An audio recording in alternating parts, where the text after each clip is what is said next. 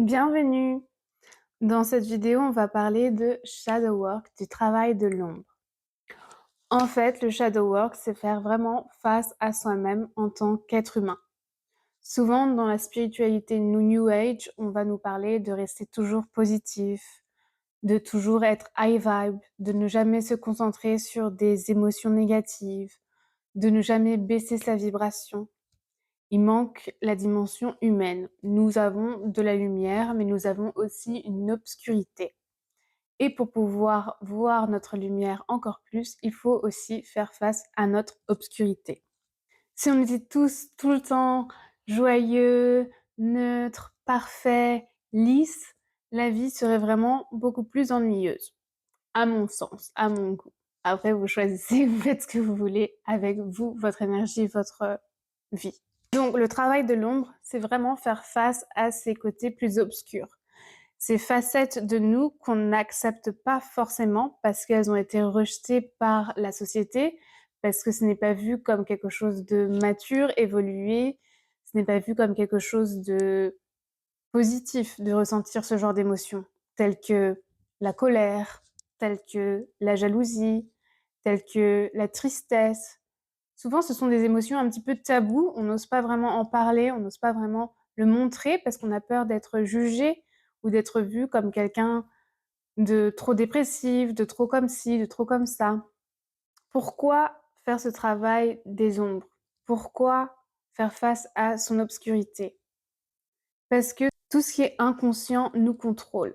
Donc tant qu'on n'a pas conscientisé, embrassé cette facette de nous, elle va continuer à venir nous titiller et à nous montrer qu'on ne l'accepte pas totalement. Donc c'est vraiment un travail d'amour de soi, mais vraiment profond. On s'aime dans une profondeur extrême.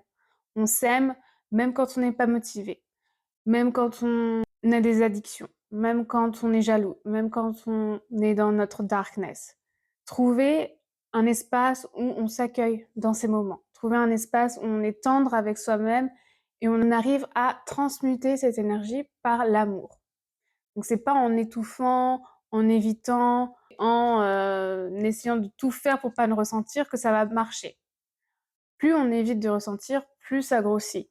Donc quand on a des espaces où vraiment on prend le temps de faire face à soi-même, de ressentir ses douleurs, de ressentir ses colères, de ressentir ces émotions qui sont un petit peu honteuses, on se donne vraiment l'opportunité d'être whole, d'être complet.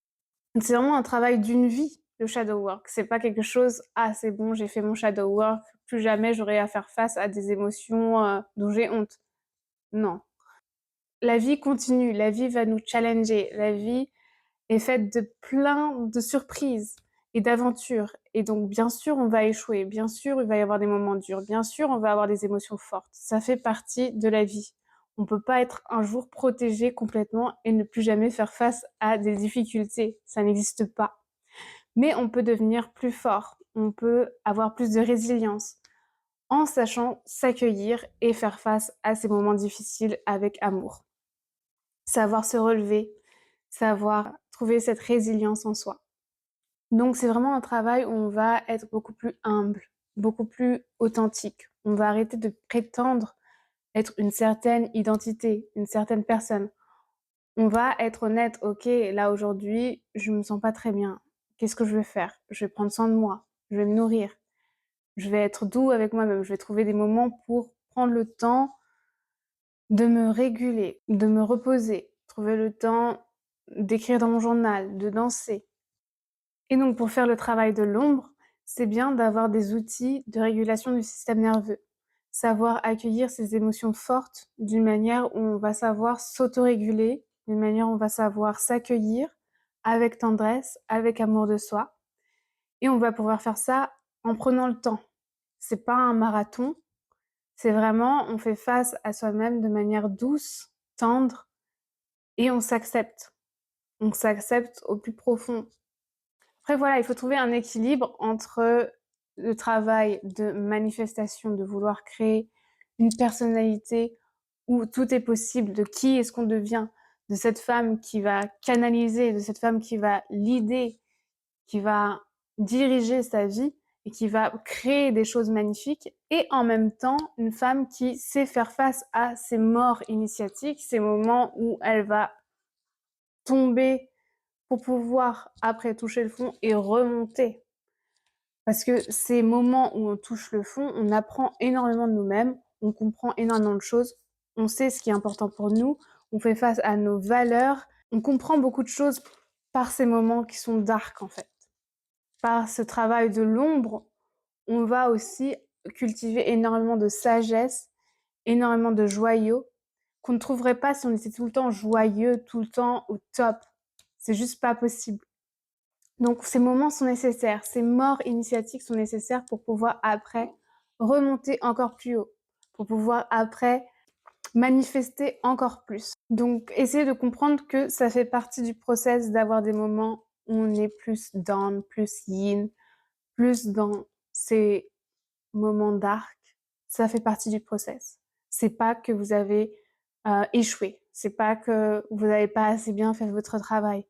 C'est que ça fait partie du process et c'est là pour vous voir cette ombre comme quelque chose qui vous aide à vous trouver encore plus. Dans le tantra, par exemple, on voit ce genre de ombre, ce genre d'obscurité comme une opportunité pour prendre du plaisir à incarner cette partie et à l'étudier, la vivre, l'embrasser avec du plaisir. Donc voilà, si vous avez des questions sur le travail de l'ombre, je serais très heureuse d'y répondre. Si vous avez aimé cette vidéo, mettez un like et abonnez-vous à la chaîne. Et si vous écoutez ça sur le podcast, bien sûr, suivez-nous sur le podcast, mettez un petit commentaire, ça nous soutient et rejoignez notre liste d'emails. On vous partage énormément de valeurs, de vidéos gratuites, de e-books, des promotions exclusives et bien plus encore. Donc si vous avez aimé, la meilleure manière de nous soutenir, c'est de rejoindre notre newsletter. Voilà, merci beaucoup.